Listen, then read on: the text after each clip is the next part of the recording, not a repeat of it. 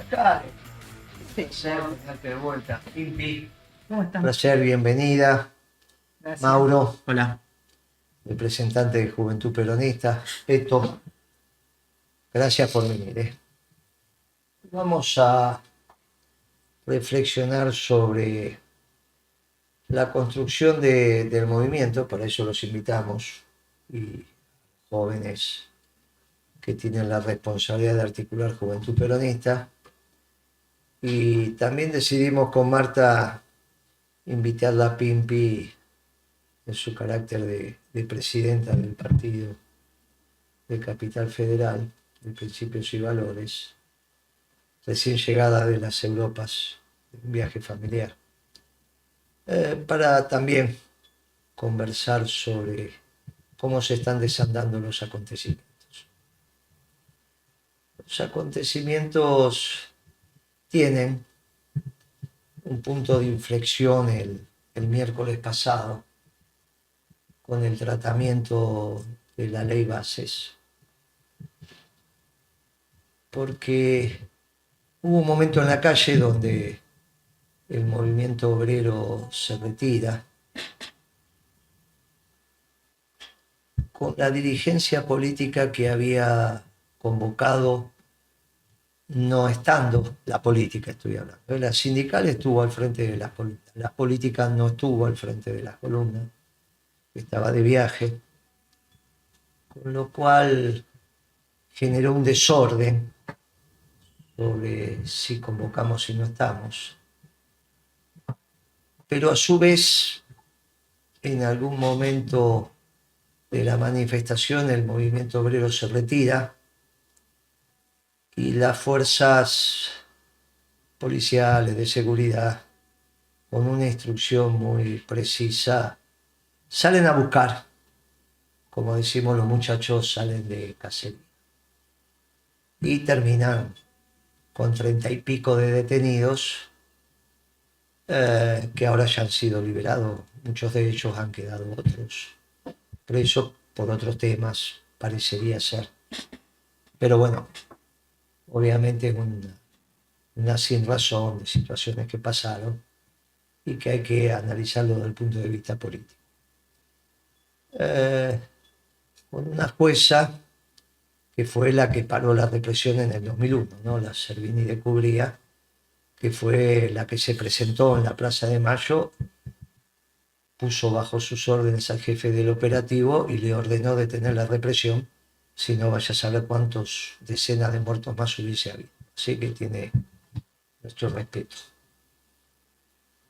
Pero estamos haciendo una lectura política.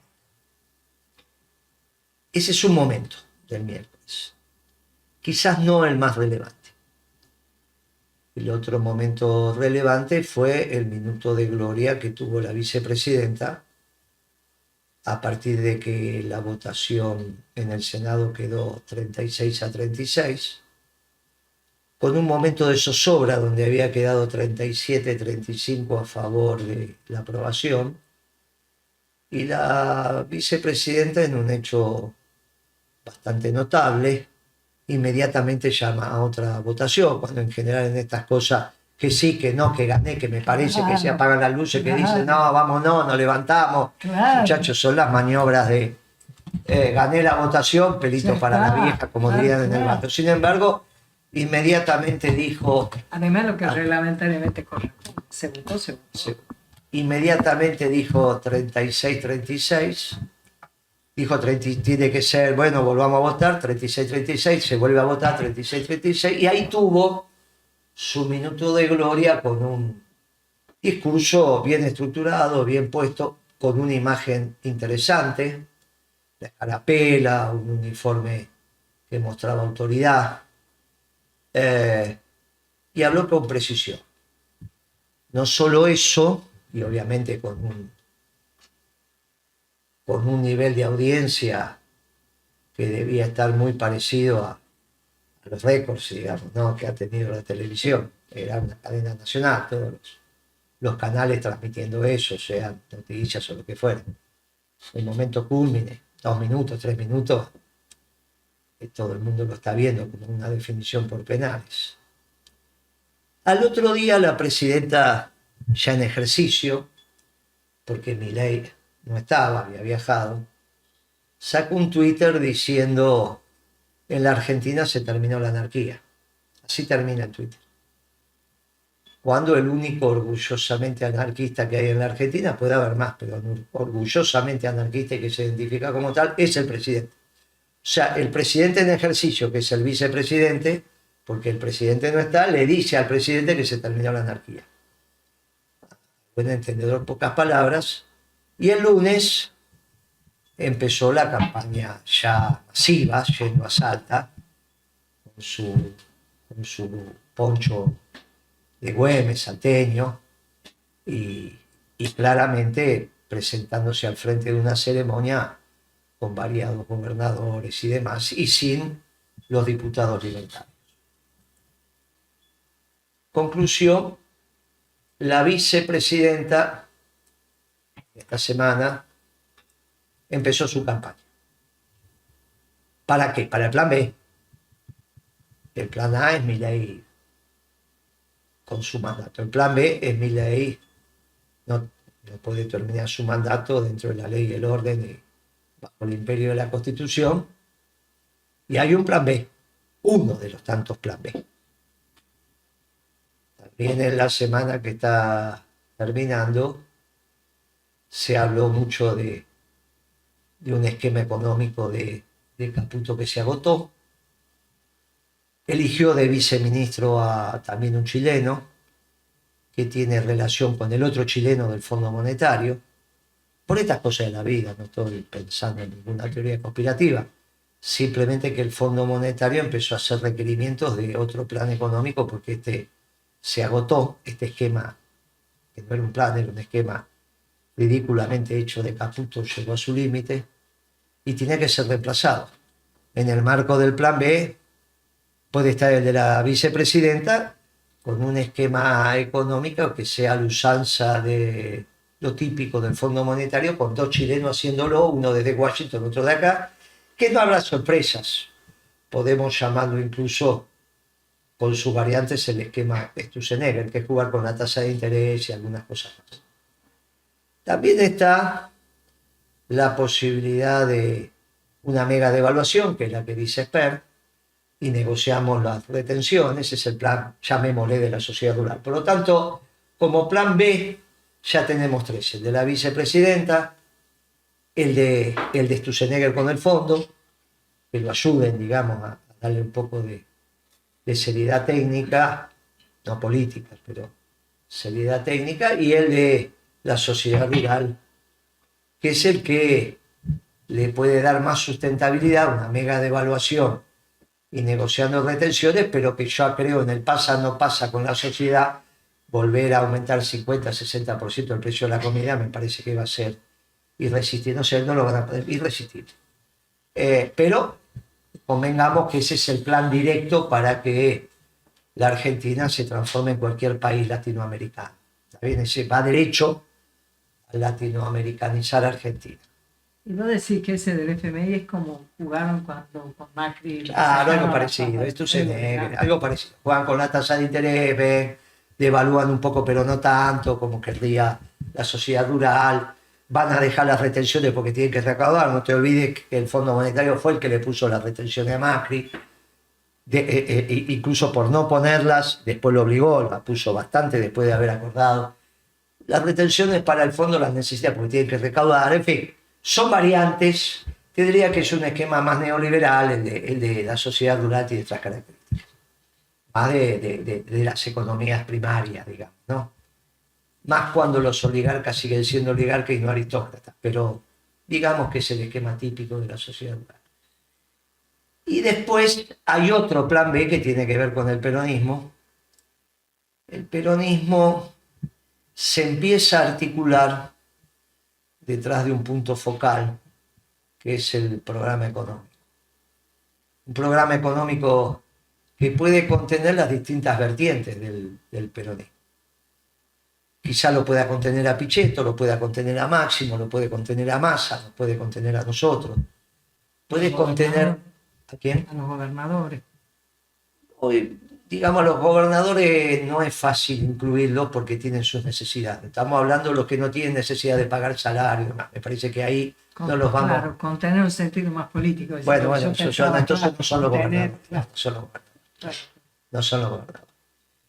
Eso es cuando ellos decidan salir a la política, lo dirán. Yo no, de ninguna manera estamos convocando a que vengan a ninguna reunión ni que pongan representantes económicos porque tienen sus necesidades. Está bien, yo las entiendo. No, pensé con tener un sentido más conceptual, no político. Está bien, Conceptual contiene a todo el peronismo, sean gobernadores o no, sean intendentes, sean militantes, sean dirigentes, pero la faz institucional, que cuando uno dice gobernador es institucional, los dejamos y los liberamos para que cada uno, nosotros hablamos de a semanas y ellos hablan de a días porque tienen que pagar los sueldos, ¿no? Esto, ¿pago o no pago? Y esto marca la realidad de gobernabilidad de una provincia. Si no pagaste, se te murió algo. Entonces somos muy misericordiosos y en esto hay que ser claro. Los gobernadores no, ni los intendentes no, ni ninguno de este esquema. Ahora, obviamente, en la faz política contiene a todo el peronismo. Si, digamos, ninguno de los dirigentes que yo mencioné tiene que pagar sueldo, al menos si en la actividad privada, no en la actividad pública. Y en la actividad privada depende de tu negocio y cómo vaya la cosa. Ese programa económico consensuado facilita que el peronismo tenga un punto focal, mientras las distintas vertientes del peronismo van construyendo su esquema político y dentro de la política sus niveles de representatividad. Nadie le puede negar al compañero Pichetto o a Máximo o a Massa que tengan pretensiones o otros compañeros y tienen derecho a transitar y ver qué pasa. Pero, cualquiera sea, el peronismo puede plantarse ante la sociedad, sobre todo el mundo del trabajo y la producción, y decir, este es el programa económico del peronismo. Porque si no teníamos la dificultad de cuando se va a ver hablar a los factores de poder, que al que va le pregunten por el resto.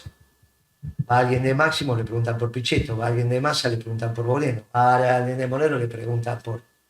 Entonces lo importante es que haya una comunión de pensamiento en lo económico, que es el núcleo duro de la crisis del 14 para acá.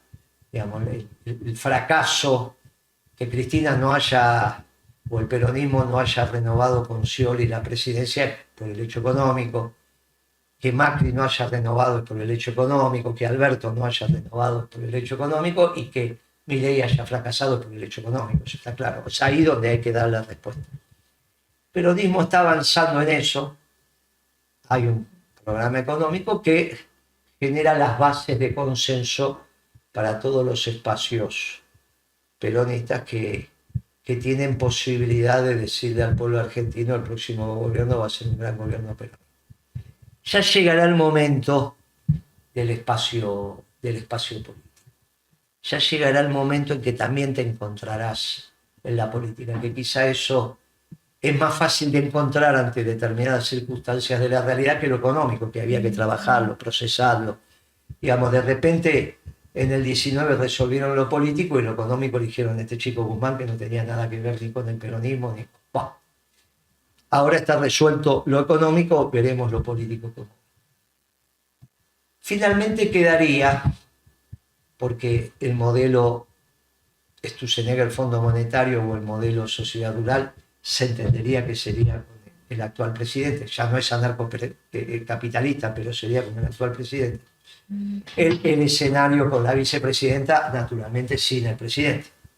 Ahora, ese escenario tiene un problema serio porque la presidenta tiene, la vicepresidenta, futura presidenta, tiene legalidad, porque cumple con la ley, en el marco de la ley es obviamente la primera que reemplaza al presidente por lo que fuere, pero tiene un problema de legitimidad porque no tiene votos. ¿Cuántos votos de la fórmula Milei-Villarroel? Dependen a Villarroel prácticamente ninguno, de ella y alguno más. ¿Qué rol cumple la Asamblea Legislativa? por propiedad transitiva, trasladarle los votos de los diputados y senadores, que también son legítimos porque los votó el pueblo. Entonces, la Asamblea Legislativa cumple un doble rol, de legalidad, porque está dentro de la ley, y legitimidad, porque cuando los diputados y senadores votan, le trasladan su voto. Dicen, yo quiero esto y mis votos te avalan a vos para ser presidente. De alguna manera le dan legitimidad. Legalidad y legitimidad por la transitoriedad de los votos, que tiene que ver con la representación. Esos son representantes del pueblo y de las provincias. Todavía faltaría la verdad, pero tendría legitimidad. El problema de la vicepresidenta es que no tendría legitimidad, porque no pasa por la Asamblea Legislativa. Solo tendría legalidad. Y un gobierno con legalidad es decididamente débil. Decididamente débil, porque las fuerzas políticas no lo están legitimando y por lo tanto tienen un serio problema de cómo va a tomar las decisiones. Eso no significa que la vicepresidenta no haya armado ya su gabinete. Todos los que estamos en el room sabemos que hay compañeros que se van posicionando, que muchachos radicales, peronistas, dicen, bueno, estoy en esta edad, otra oportunidad no tengo, sí acepto. Y está buscando en distintas fuerzas políticas y todos dicen que completó su gabinete. De ahí la distancia entre Milei, porque Milei naturalmente también Por eso la necesidad del jefe de gabinete de tener los servicios de inteligencia, estar escuchando a todo el mundo, porque tenían conspiraciones todo el tiempo. Esto no son conspiraciones, es la lectura de la realidad, es lo que está pasando. Y la vicepresidenta se prepara. Ahora, si no va a tener legitimidad, si el presidente que surgiera de la Asamblea Legislativa tendría legalidad, porque la ley permite que haya una Asamblea Legislativa para completar mandato, y tendría legitimidad por los votos. Solo le faltaría tener la verdad, que para eso está el programa económico que el peronismo está consensuando. Es decir, bueno, el presidente dice, salido de la Asamblea Legislativa, esto es lo que vamos a hacer, está estudiado, está pensado, estos son los equipos.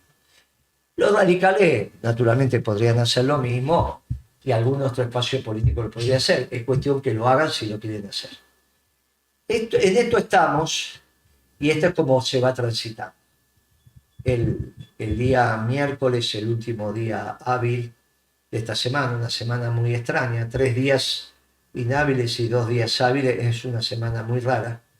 El Banco Central vendió y vendió mucho, arriba de 100 y pico, 120, 130 millones de dólares. Ya van 2 semanas que el último día vende esto y obviamente esto ya empieza a poner a junio como un mes de venta de dólares para el Banco Central, y si no todavía está por ahí, cuando junio tiene que ser un mes de recaudación extraordinario, que es lo que se conoce como el trimestre de oro, que es abril, mayo, junio. Ahora se termina de vender la gruesa. Junio es el último mes que se vende la gruesa, te queda algo para julio. Bueno, que estés vendiendo dólares significa que no vendiste la cosecha gruesa en los niveles que necesitábamos y estás liquidando los dólares que salen de esa venta. Por lo cual está claro que lo que habíamos dicho hace bastante tiempo, que sobre todo los dueños de la tierra no iban a liquidar la cosecha, que ellos cobran casi la mitad de la cosecha en la zona núcleo de la pampa húmeda de carácter de alquiler, por lo cual esa mitad no la iban a vender. Las cifras hablan de entre 10.000, 12.000, 15.000, 19.000 millones de dólares entre soja y maíz que no se vendió. Tiene su lógica también ese volumen, porque parte del maíz que no se vendió se usa en el mercado interno. Por lo tanto, depende si netearon o no, si descontaron o no ese maíz, pero va en esos valores, ¿está bien? Va en esos valores. Sea lo que sea, es un montonazo de plata, y esto ya dificulta que se cumpla con el acuerdo con el Fondo Monetario de que tenías que tener de diciembre del 23 a diciembre del 24 más 10.000 millones de dólares de reservas. Ya va a ser muy difícil que lo puedan hacer. Pero claro, no pueden seguir tampoco vendiendo dólares, porque si siguen vendiendo dólares te vas quedando sin dólares. Ese es un punto de ruptura. El presidente en la semana dijo que antes le corta el brazo. Yo le diría que no diga esas cosas, que le corta el brazo, pero no es como me corto el brazo. Él puede decir me cortó el brazo antes de firmar impuestos. Lo que no puede decir el que atenta con Caputo le corto el brazo. no tiene esa autoridad, no puede, no hay más sanciones físicas en Argentina. Antes había latigazos, qué sé yo, qué sé cuánto. No hay más, vos no puede decir esas tonterías. Milei, no podés decir eso. A ver si entendemos de una vez. Y claro, todo eso generó que una carta que estaba circulando, donde firmada por psicólogos y psiquiatras con matrícula nacional, obviamente, matrícula argentina, donde dicen que el presidente tiene algún desorden. Yo digo que está chapita, pero esto ya dijeron cuál es el posible diagnóstico, haya incrementado raudamente la cantidad de votos. Esa carta para presentarle a la Corte Suprema, cosa que se hará en las próximas semanas, para pedirle a la Corte Suprema que haga un peritaje y vea su integridad. Porque si el muchacho va a la televisión y dice le voy a cortar un brazo, no puede decir esto, como tampoco puede decir soy un topo que va a destruir el Estado argentino, está en el límite de la ley, no puede decir esto. Soy un topo que va a destruir el Estado, no puede, no puede. De ahí a que los chilenos se hagan los guapos y un paso, que se hicieron los guapos el otro día, ¿no? Está bien, ahí se equivocó la Armada. Firmaban un contrato de locación por 3 metros cuadrados y le pagabas un alquiler por esos 3 metros cuadrados y no desarmaba todo. Fue más caro desarmar que lo que le ibas a pagar de alquiler. Muchachos, nadie le va a sacar 3 metros cuadrados. Está bien eso de Boric, no se jode con la frontera, Boric. Todas pavadas. Hacía su contrato, le alquilamos por 2 años, 3 años, nos ponen tantos dólares, se los pagaban y se acabó. Salió más caro mandar la fuerza, de desarmar eso, volver a armarla, una tontería. Porque se quiso hacer el guapo. El presidente chileno tiene ese estilo, claro. Si el presidente argentino dice voy a desarmar el Estado y nos vamos a quedar sin Fuerzas Armadas, es lógico que el presidente chileno se ponga en guapo y diga si no lo desarman ustedes, lo desarmamos nosotros. Una declaración muy poco feliz del presidente chileno. Te aclaro que el viceministro que puso Caputo parece ser que trabajó en el equipo económico de la Bachelet y también en el de Katz, que fue el que perdió con Boric y que dijo que tenemos que discutir de vuelta la Patagonia con los chilenos porque bla, bla, bla, cuando nosotros nos quedamos con la Patagonia, ellos estaban en guerra con Perú y con Bolivia. Bueno. Digo, no queremos mirar bajo el agua porque esto es muy simple, pero que el presidente chileno haya estado destemplado ante un error, y es un error, no hay ninguna duda, no tenés por qué pasar la frontera y si la pasás tenés que pedir permiso. Pero había múltiples maneras de resolverlo, múltiples maneras de resolverlo, ¿no? Incluso les digo, un contrato de locación en el Estado chileno, el Estado argentino, podría ejecutar y dice, les alquilo por tanto tiempo estos 3 metros cuadrados, lo que fuere. ¿Cuánto pueden cobrar ahí? ¿Está bien? ¿Qué van a cobrar? $10 por mes. ¿Cuánto van a cobrar? 3 metros cuadrados. Muchachos, ¿qué quieren cobrar? $100. Bueno, se le paga $100 por mes. $1.000 por mes. No era ese el problema, pero $1.000 por 3 metros cuadrados tiene que ser, ¿no? 3 metros cuadrados, ¿cuánto puede ser? Ahí, que no vive nadie, que no está nada, que no hay nada. Pero se resolvía muy fácil. No miremos eso si no miremos la actitud del presidente chileno, porque es muy destemplado, muy destemplado. Y se hizo el guapo. Y la verdad que ese pibe no tiene envergadura como para hacerse el guapo. Me parece que es lo que le pasó de las propias fuerzas que le empezaron a llenar la cabeza. Todo esto estamos en una situación que la tenemos que evaluar. De a poquito esto se va a ir transitando y en ese transitar nada mejor que reflexionemos sobre cómo se está organizando nuestra juventud peronista, en el movimiento peronista, y cómo está avanzando principios y valores en la capital federal. ¿Te parece bien, Marta? Pero me parece extraordinario, tengo muchas ganas de oírlos. Muy bien. Entonces vamos a darle primero a la juventud. Pimpi, ¿cómo estamos? Venís de un viaje a Europa. Ah, qué bueno que dijiste la juventud y empieza Pimpi. Claro, y así fue. Uy, Sí, muy bien. ¿Cómo está? Muy muy bien. Frío, hermano. ¿Cómo puede ser que esa primavera siempre que tenga que morir de frío cuando va? Por favor, le digo a mi hijo que vuelva. Muy bien, muy bien. La familia fantástica, ¿verdad? Valió la pena. Tenía la colación de grado de una maestría y... ¿Cómo se está viviendo la guerra entre Ucrania y Rusia? Ya vemos que tu familia está bien. Mira, sí.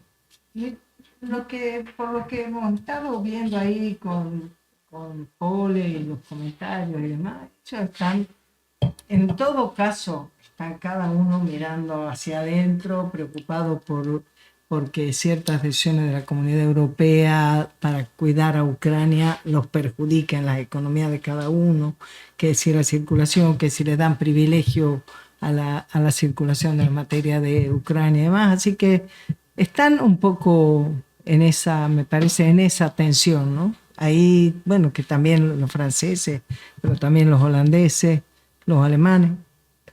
Por lo menos eso es lo que más o menos se ve Pasa en las que hoy conversaciones, surgió ¿no? alguna alarma, porque en Dinamarca hubo una orden del gobierno que las familias, Dinamarca, que las familias se incorporaran comestibles para tantos días y algunos temas. Circuló por ahí, obviamente después hay que chequearlo, pero de algunos que tienen amigos y demás. Ah, mira. Después dijeron que en Inglaterra también, ya que es habitual que cuando hay conflictos así lo armen, pero eso generó cierto escozor. Nosotros no estamos acostumbrados a ese tipo de... Ellos Eso obviamente no son hizo, todos pueblos claro. guerreros que están acostumbrados a esto, ¿no? Pero generó cierto rum entre los compañeros porque empezó a circular en las redes de nuestro espacio político. Pero está muy bien, y principios y valores de la capital están armando ahí un espacio como de 600 metros cuadrados, lo están terminando. Te Muy digo bien. porque me pidieron unos inodoros, unos mijitorios. Sí, que te obviamente se pido los por donamos. favor, No, ya unos se los inodoros, donamos, ya hermano, está. te pido por Ya está, le favor. mandamos 3 Que inodoros. yo no iba a una letrina hacía un montón, hermana. Eso Bueno, es hay que- básico para una Bueno, reunión ya le de mandamos familiares. los inodoros Espectacular. y le mandamos los mijitorios para los varones, que tenemos la diferencia que por Sí, el parado. todo más práctico para ustedes, Entonces, pero bueno. entonces Estuvo bueno, ya buenísimo. se mandaron Ese es un lindo dos lugar. mijitorios y 3 inodoros con sus respectivas tapas de inodoro y demás. Muy bien, un lindo lugar y además hecho con un cariño muy grande por el nieto de su abuelo, era un ebanista, fabricante de muebles de estilo. Y bueno, la cosa fue viniendo hacia abajo, entonces haber podido poner a disposición para que se arme ahí un centro cultural, una unidad Son 2 básica, plantas, un ¿no? espacio, son 2 plantas. Yo vi una, pero son como 600 metros. Sí, es muy grande, es muy... Va a andar bien, aparte del está muy corazón de bien. la ciudad. Claro, está muy lindo. Eso está, va a estar muy bien que una de las agrupaciones de principios y valores, pero todo el capital haga su sede Está muy nacional y a su vez haga un centro cultural y unidad Exacto. básica.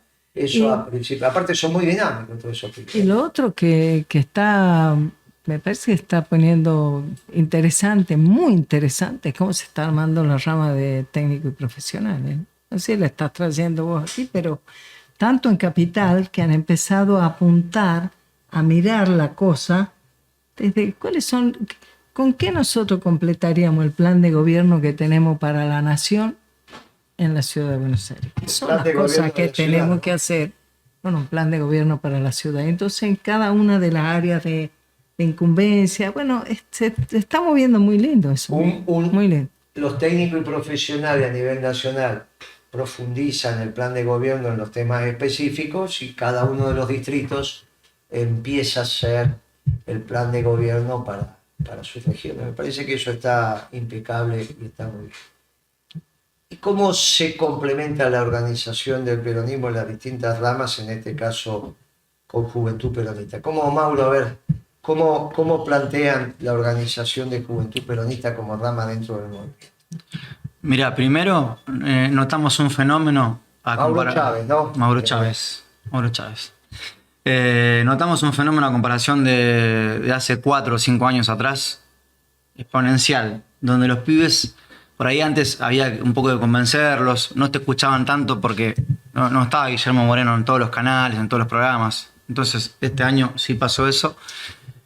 Notamos esa diferencia. Bueno, todos se quieren acercar. Ya no hay que convencer a nadie. Todos escucharon a Guillermo, un personaje singular, verborrágico, sofisticado, que no solo habla de política, sino habla de geopolítica y de todo lo que tiene que ver con la Argentina y un gobierno peronista. Los pibes se quieren acercar y bueno, se están acercando a distintos compañeros o sea, puede ser del conurbano o de La Matanza o de Quilmes o de Capital. Ahí está la página de de Principios y Valores, que por ahí muchos se acercan a esa página y hablan con un referente. Y ahí, bueno, le pasan los datos y se va armando la juventud. En mi caso, yo me pongo en contacto con el referente de las secciones o referentes provinciales de Principios y Valores y vamos organizando lo que es la juventud seccionalmente. Me pasan por ahí un referente de una provincia, de una sección, de una localidad y bueno, ahí se va armando en varias provincias. También se va armando orgánicamente, se va armando inorgánicamente, porque no es todo así ordenado como Eso es parece. bien divertido, ¿eh? Mirá, se está dando... Sí, orgánico es bien divertido. Me gusta eso. Sí, se está dando por ahí que arranca un pibito que, no sé, que es de Misiones y arranca a militar con el escudo de Principios y Valores, con tu imagen, arma las redes. Bueno, después nos vamos encontrando. Me encontré con Beto después en el camino. Ellos están mucho en Capital, Beto, bueno, otros compañeros que también conozco de antes. Así se está organizando la juventud de Principios y Valores y bueno, después con distintas páginas. Eso en las redes, los Instagram. Siempre nos encontramos también y bueno, después allá en los actos se va viendo donde por ahí había gente grande, hoy hay no solo jóvenes, juventud, sino también hay adolescentes, sub-25, sub-21, sub-20, de 15 años, de 17 años, pibes, pibas. Se ve mucho eso, se vio mucho en el acto el otro día de Ituzaingó, bueno, en Ferro ni hablar. Pero miles de chicos quieren conocer a Guillermo Moreno y quieren militar a Guillermo Moreno. Sí, ahí vos sabés que en esta etapa nosotros estamos construyendo un proyecto colectivo. Hace 15 días, por ahí 3 semanas, se nos fue un compañero que militó con nosotros durante 30 y pico de años, 40, de un día para otro. Así que cuando Dios decide que se termine, llega el último don, que es el don de la muerte, ahí se terminaría un proyecto individual. Nosotros vamos con un proyecto colectivo, teniendo como norte la doctrina y es lo que nos aglutina. Que aparte es mucho más práctico, porque entonces vos sabés que el buen gobierno articula funcionarios que todos van para el mismo lugar, porque son funcionarios doctrinarios. Pero está, entiendo la respuesta, me toca ser el pajarito llamador y yo no lo voy a cumplir, pero está claro que nos encontramos en un proyecto colectivo. Pero ¿sabes qué es lo interesante, Guilla? Aparte que hoy hay que tener en cuenta los pibes de 20 años, 18, 22. Si se pueden escuchar una canción, voy a hacer una analogía. La escuchan 2-3 segundos, no les gustó, pasan a otra. Pero cuando lo conocen a Guillermo Moreno, van a comprar el libro de Guillermo, se bajan el libro donde sea, en defensa del modelo, y lo leen. Vos te das cuenta que lo leen porque, bueno, te preguntan, o te pones a charlar sobre el libro, sí. Pero no solo leen a Guillermo Moreno, sino también que van a leer a Perón, que eso es importantísimo.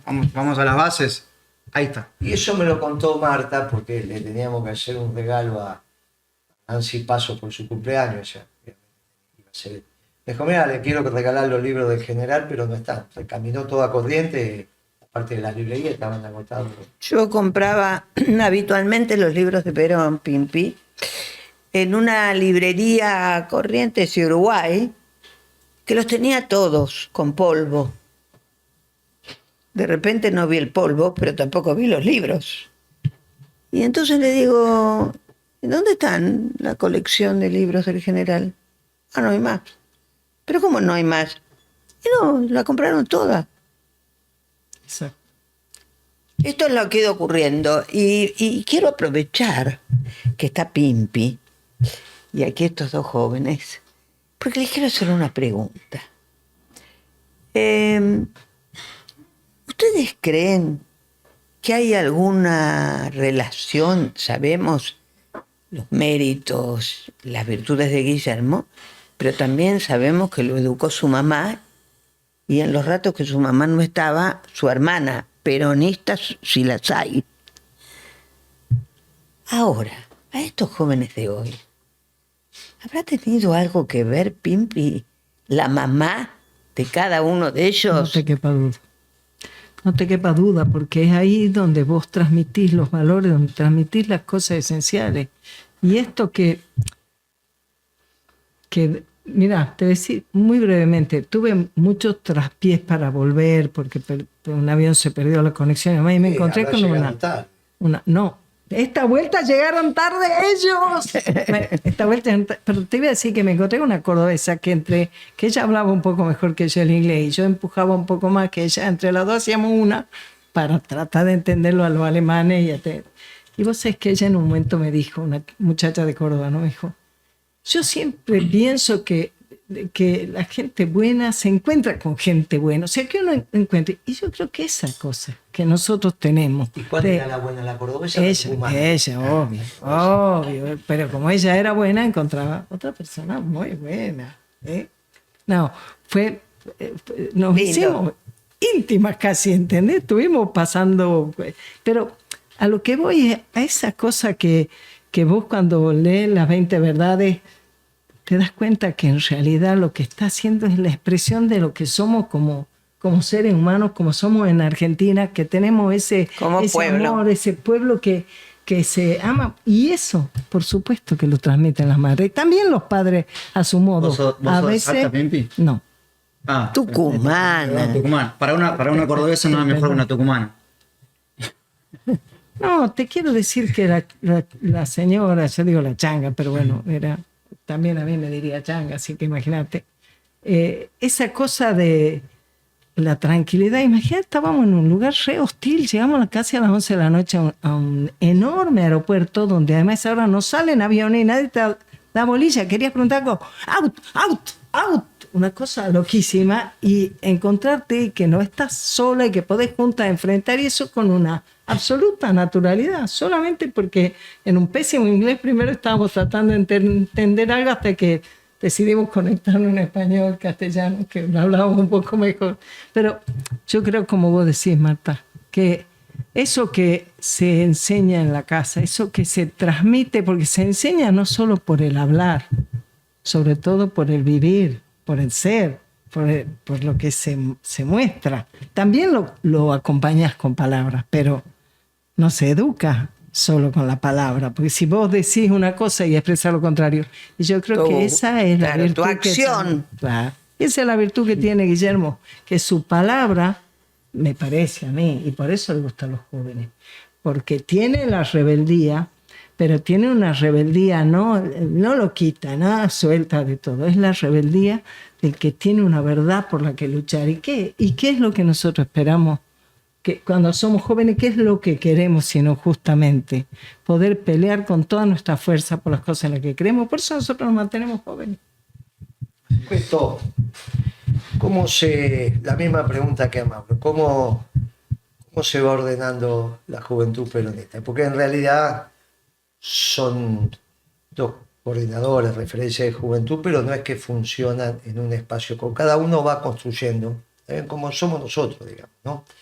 Y no necesariamente los pensamientos son comunes porque no somos una organización, nosotros somos un espacio político, cada uno tiene sus características. ¿Cómo estamos ordenando Juventud Peronista? A ver, bueno, a nosotros nos tocó vivir toda esta cuestión exponencial del espacio político en general, ya estando en la calle caminando.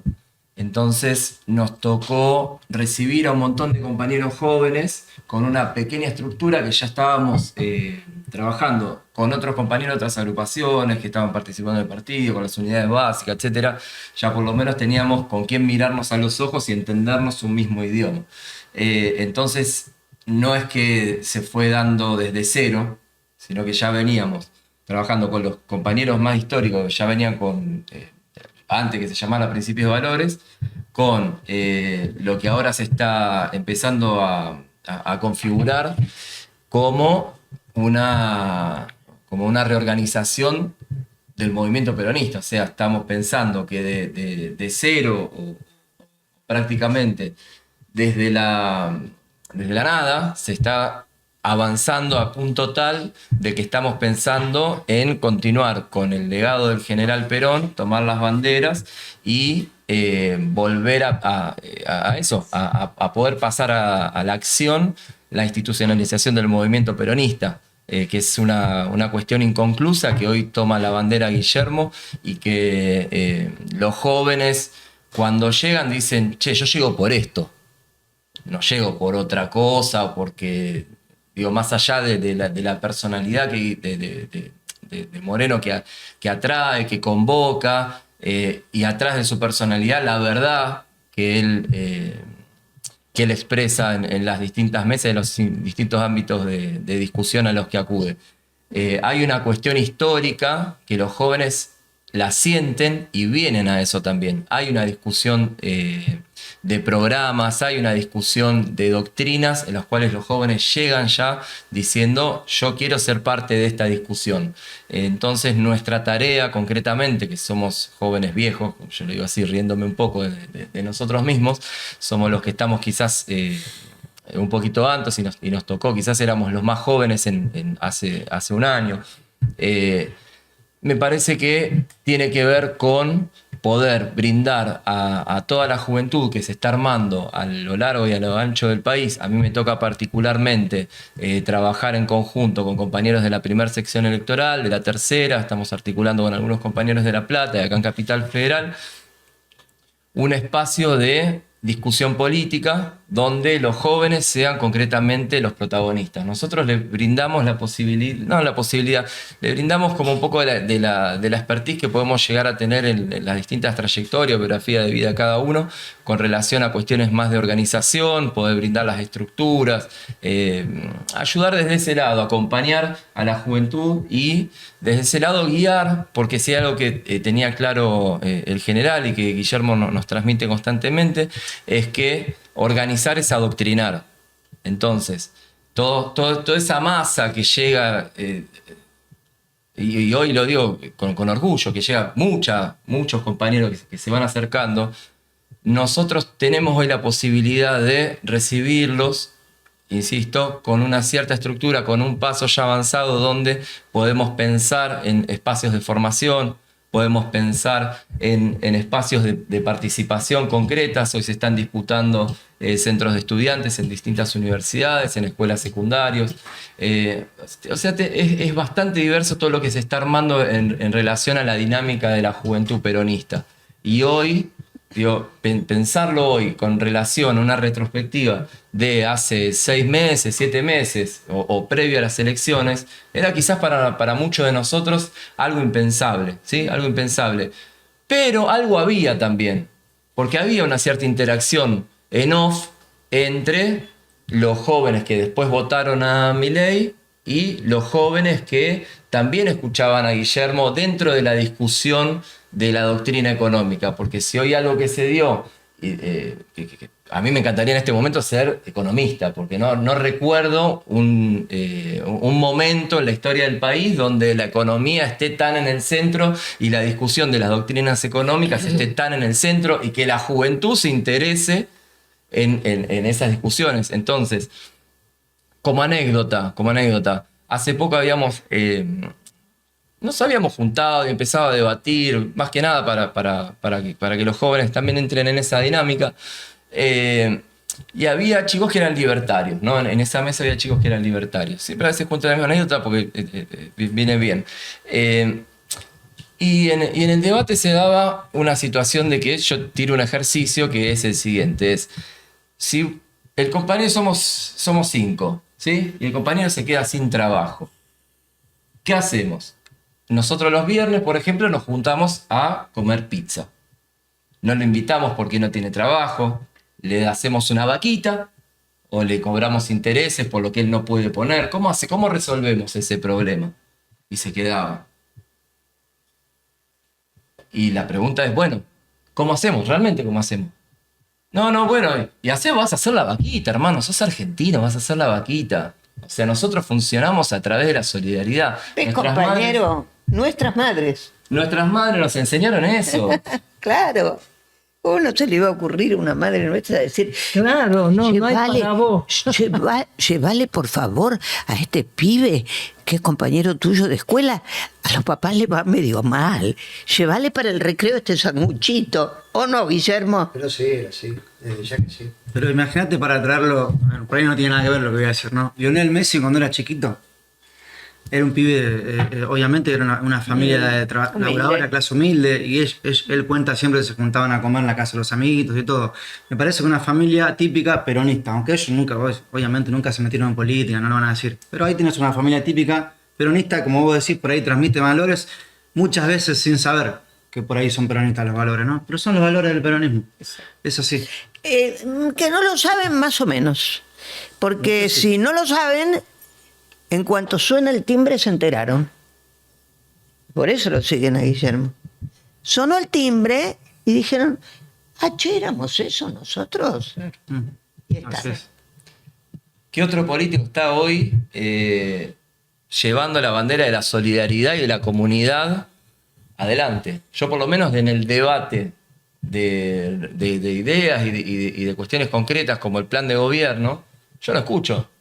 ¿Sabes qué me pasó esta semana? Algo muy interesante. Hay un amigo de mi hija menor que hicieron juntos la secundaria, se radicó en Barcelona, estudió de chef, hizo su restaurante, tiene su pasar económico, tiene una linda casa, pero su vocación, aparte de chef, es periodismo, escribir. Hay una revista que se llama Panamá, una revista digital que está bastante circulando entre lo que es la inteligencia española, la argentina, la intelectualidad.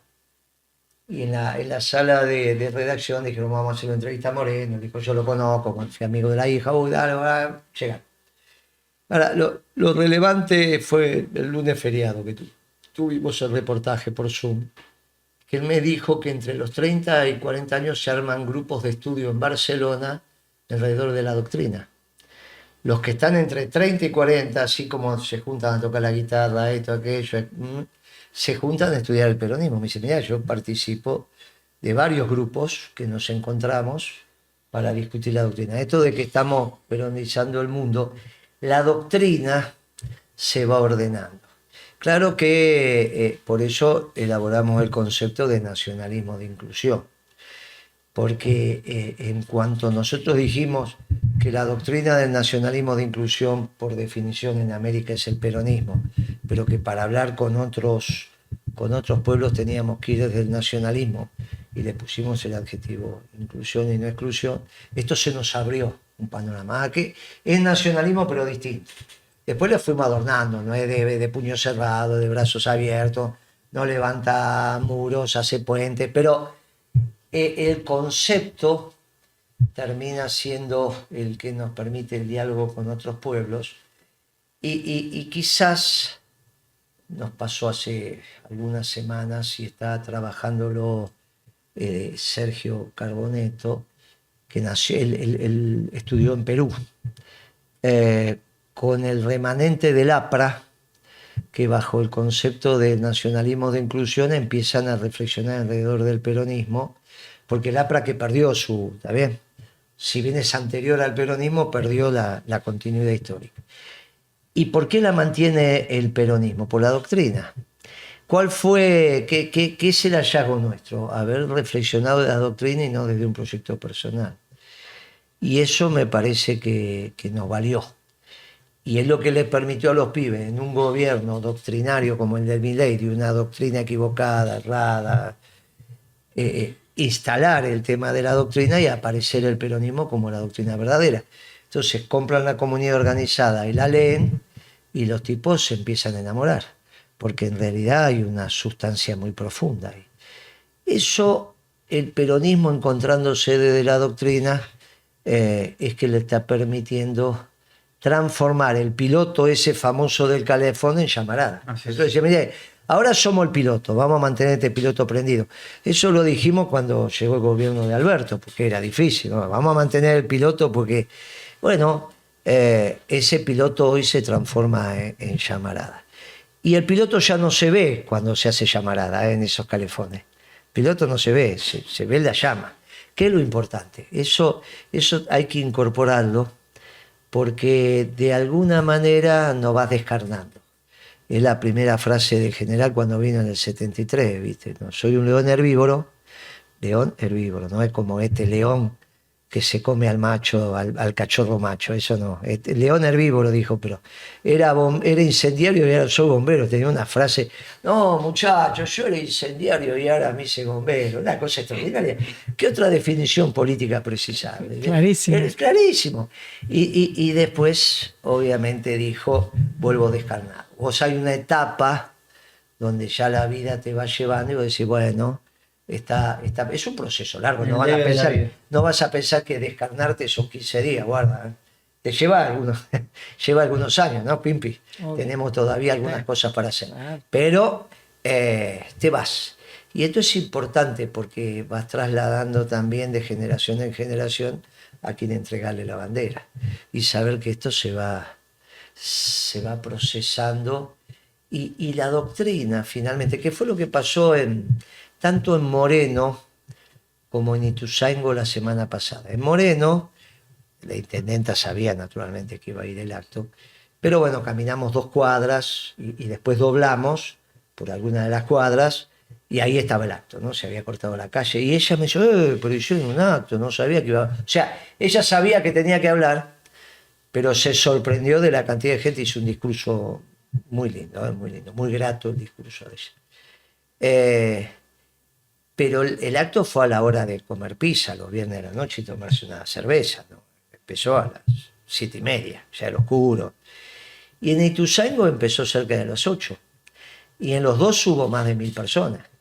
Uno cubierto, otro descubierto, pero y lleno de pibes, la mitad del acto. Bueno, vos estuviste en el de Ituzaingó, te vi, y eran todos pibes, porque habló un pibe.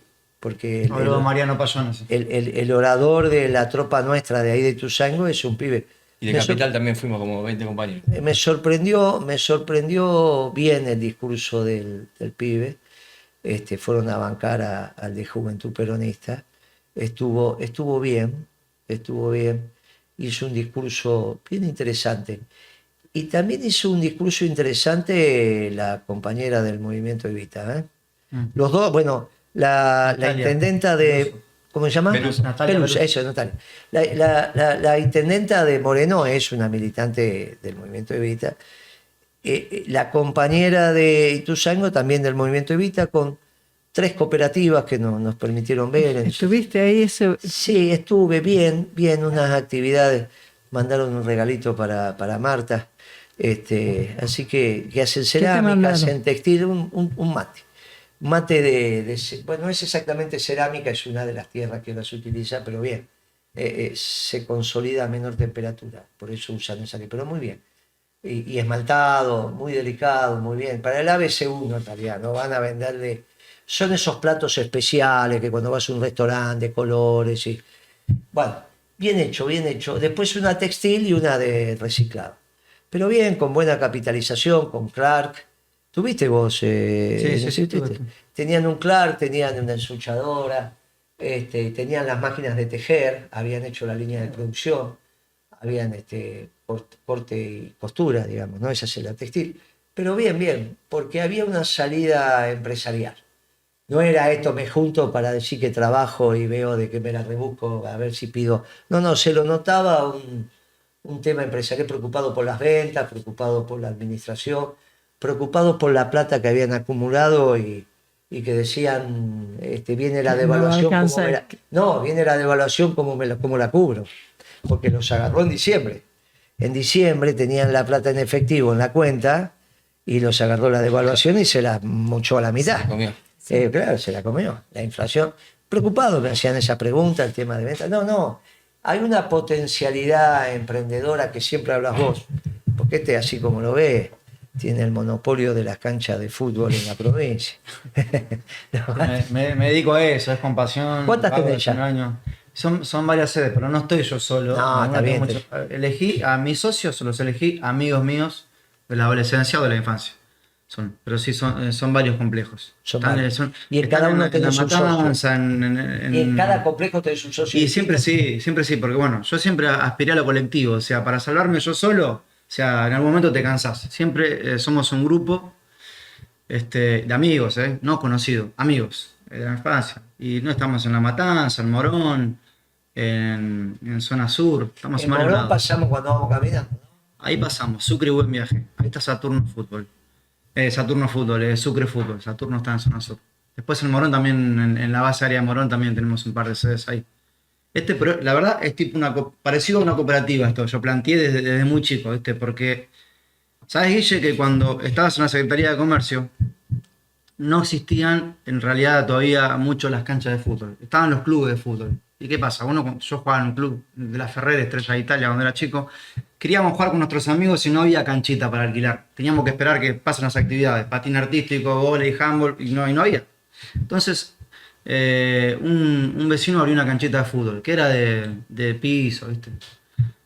Después, cemento. de cemento, sí. Después ya en el año 2006 empezaron las primeras canchas de césped sintético, pero ya con caucho. Porque yo había abierto la primera sede en el año 2000, más o menos, 2001.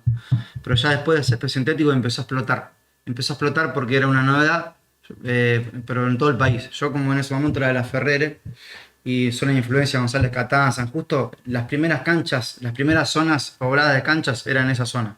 Yo después me mudé a Raúl Mejía, San Justo, Luzuriaga, lleno de canchas de fútbol, para ver, la gente veía lo que yo hacía, decían, este está loco, primero decían. Después, bueno, se saturó de canchas de fútbol, que fue como la de pádel, y empezó a quedarse el que laburaba mejor, el que le ponía más cariño al laburo, como todo, ¿no?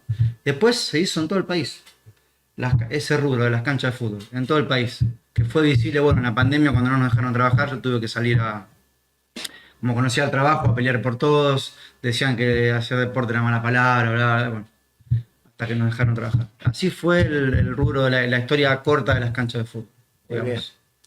Vos, Beto, Uno ¿qué tendría que ir también a la rama de los empresarios, ¿no? A mí me dijo Guille que en cualquier momento yo me jubilo de la juventud y tengo que estar en la rama empresarial, claro. Pero claro Pero que sí, todavía no. porque la experiencia de lo grande, de lo pequeño, el aprendizaje con los otros, sí. Sí, todavía no, pero ya va a pasar. No, pero tiene contacto con Charlie Hugo y demás. Claro, Sí, sí. claro. Vos, Beto, Yo trabajo en un sindicato ahora. Empecé hace como 15 años más o menos. En realidad, ahora voy a hacer una cuestión así medio de psicoanálisis. Acá me estás haciendo, Guillermo. No, digo, Yo no. a ver desde dónde arranco. Porque tengo una pata social, digamos, a eso iba. Empecé a trabajar en organizaciones sociales, más que nada barriales, desde los 17, 18 años, dando clases, talleres y tal. Y después un poco la vida me fue llevando para el palo educativo, digamos. Y empecé a trabajar en salud mental, dando talleres de recreación para personas con discapacidad intelectual, adultos. Y ahí una asociación civil sin fines de lucro, con recibo de sueldo y tal, y tenía algunos, y tenemos todavía, ahora dentro de poco tenemos que ir al Ministerio de Trabajo a hablar algunas cuestiones. ¿Qué pasó? Empezaba a haber temas gremiales, entonces obviamente me empezaron a señalar con el dedo mis compañeros, bien, a decir, che, Beto, ¿por qué no vas vos? No, a ustedes les parece, qué sé yo, no, anda a hablar, por favor, anda. Bueno, entonces, como no tenía inmunidad, digamos, me dijeron, bueno, vayamos al sindicato. ¿Les parece? ¿Ustedes? Sí, bueno, dale, vamos. Me llevaron al sindicato, nos afiliamos y ahí empecé a militar en el sindicato como delegado de base. Y ahora estoy, bueno, eso fue hace ya cerca de 14, casi 15 años. Y ahora, bueno, participo activamente en el gremio y trabajo exclusivamente para la organización. Tengo vínculos con mis compañeros de trabajo y en el trabajo, pero las horas las dedico concretamente a la organización sindical. En el gremio que es UTEDIC. Y un gran saludo a los compañeros de la familia de UTEDIC. Eso puntualmente. Y lo que hago... ¿sabés qué es UTEDIC? Porque ustedes, claro, piensa que todo el mundo sabe quién es UTEDIC. Y UTEDIC es la unión de trabajadores de entidades deportivas y civiles que agrupa a todas las entidades que son, por ejemplo, asociaciones civiles, mutuales. Los empleados de... Los empleados, claro, exactamente. O sea, todos los trabajadores que dependan de, por ejemplo, una mutual o del círculo de X o de el consejo de o los sindicatos. el colegio de tus empleados son lo- afiliados al exactamente, también los clubes, de tu sindicato como ama de casa, digamos. Claro, La claro. asociación las civil. obras Sí, sociales, claro. exactamente, todo lo que se llama comúnmente como el tercer La sector. de la obra social también, claro. Entonces, bueno, nada, trabajamos concretamente para mejorar y Sabés que no es facilitar un concepto, la vida de los ese afiliados. concepto de tercer sector es un concepto Medio viejo, pero a veces... no es tan viejo, viene de los 90. Viene con Tony Blair y demás. Sí, ¿no? sí. Sí, sí, es el sector privado, pero se conoce comúnmente, por eso digo muy entre comillas, se conoce comúnmente como el tercer sector. No es el Porque, más feliz. ¿sabés? Claro, no es feliz porque en realidad la economía o es pública o es privado y eso es privado. Y lo que Exacto. quieren decir que es privado, pero no tanto. Y el muchacho es privado. Está bien, es privado. Las obras sociales sindicales son privadas, no es tercer sector. Eso arranca con la desregulación de los 90, Tony Blair, después de Thatcher arrancan con toda esa historia del tercer sector. La descentralización, Jordi Borges en Barcelona, toda esa menezunda, digamos. Quieren ser el ala livianita del consenso de Washington. ¿Sabes lo que hay que agregar, Guille, que es importante respecto a la actividad privada? No solo las canchas de fútbol, porque después cada uno le va a llevar a su rubro. Yo en la cancha de fútbol, y algo que me acordé que vos dijiste un par de veces hace tiempo, que cuando el país está bien, ¿qué pasa? Cuando vos te das cuenta que está bien, la panadería empezó a cambiar la vidriera, contratan al vidriero para que limpien la vidriera, pintaron la vereda. Bueno, eso pasaba en las canchas de fútbol, en la época que vos eras secretario de Comercio, donde el que tenía la cancha de fútbol cambiaba el césped, pero no el que lo cambiaba porque tenía la plata para ir a comprarlo. Forrex, que es la empresa nacional que te provee fabrica el césped sintético, te daba cuotas, o sea, te financiaba, te daba el césped a 24 pagos, Claro. 20 pagos, a un valor de dólar oficial, ¿no es cierto? Entonces Son vos... 2 años de créditos. Claro, 2 años de crédito te daban en el 2008, 2009. Ahora, porque un negocio, un rubro con un par de años de un buen gobierno, o sea, ya te cambia mucho el oxígeno. O sea, empezás por como dijiste vos, ¿no? Es que viene un gobierno peronista que sabe lo que tiene que hacer y ya el estado de ánimo del país cambia en el primer día, y en el segundo, el tercero. Imagínate un par de años como estuvo cuando estaba el secretario. Y entonces se empezó a ver eso en las canchas de fútbol. Y después, obviamente, en todas las empresas. Por eso dije que no hay un empresario que me venga a decir que le iba mal o un comerciante que le iba mal en esa década ganada. Imagínate como secretario, imagínate como presidente. Por Dios, por favor. Pero gran artífice en la década ganada. Muchachos, les agradezco mucho la presencia, Marta también, Pimpi. Nosotros estamos reflexionando alrededor del movimiento peronista. Estamos construyendo la hoja de ruta que dijimos. Organizamos las ramas, organizamos la confederación, el plan de gobierno peronista. Ahora vamos a articular un punto focal con el programa económico y que las líneas internas del movimiento peronista tengamos un mismo pensamiento en la economía. Con eso vamos diciéndole a la sociedad por dónde vamos a andar. Y somos una opción de gobierno también en el plan B de esto, ¿eh? Porque las empresas se están suspendiendo, echando, vendiendo el 20, 30, 40% de lo que tienen que vender. Hay que darle la esperanza. La esperanza es decirle que siempre que llovió paró. No, pero dentro de 4 años, muchachos, dentro de 4 años no aguantamos. La esperanza es decirle, mire que el peronismo está preparado. Después siempre dentro de la ley y el orden y siempre en el marco de la Constitución. Y se va viendo que el proceso va transitando en esa dirección. Y terminemos con una frase del general Perón muy importante, sobre todo para nuestros jóvenes, que nosotros la aprendimos a palazos, entre otras cosas. Entre la sangre y el tiempo, siempre hay que elegir el tiempo. Y si uno no tiene más alternativa, siempre el dirigente tiene que ir adelante, ¿eh? Convocar y después irse de viaje, eso no va. Ustedes si son de Juventud Peronista, hay que siempre adelante. Y si no se bancan ir adelante, no hay ningún problema, van atrás. Pero no dicen que son los dirigentes. Siempre el dirigente que dirige tiene que ir adelante. Esto es en el peronismo. Y esa es la reivindicación. Incluso Massa, con el traspié electoral que tuvo, dentro del peronismo, que se le reivindica, que puso el cuerpo.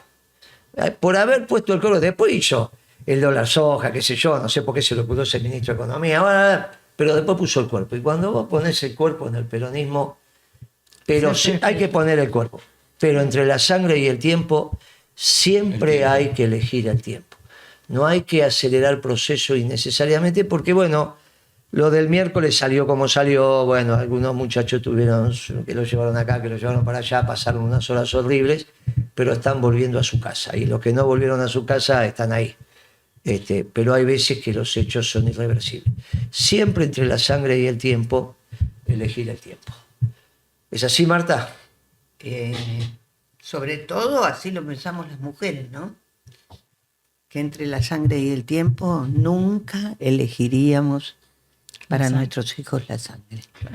Muy bien, así está hablando. Sí. Gracias, hasta la próxima.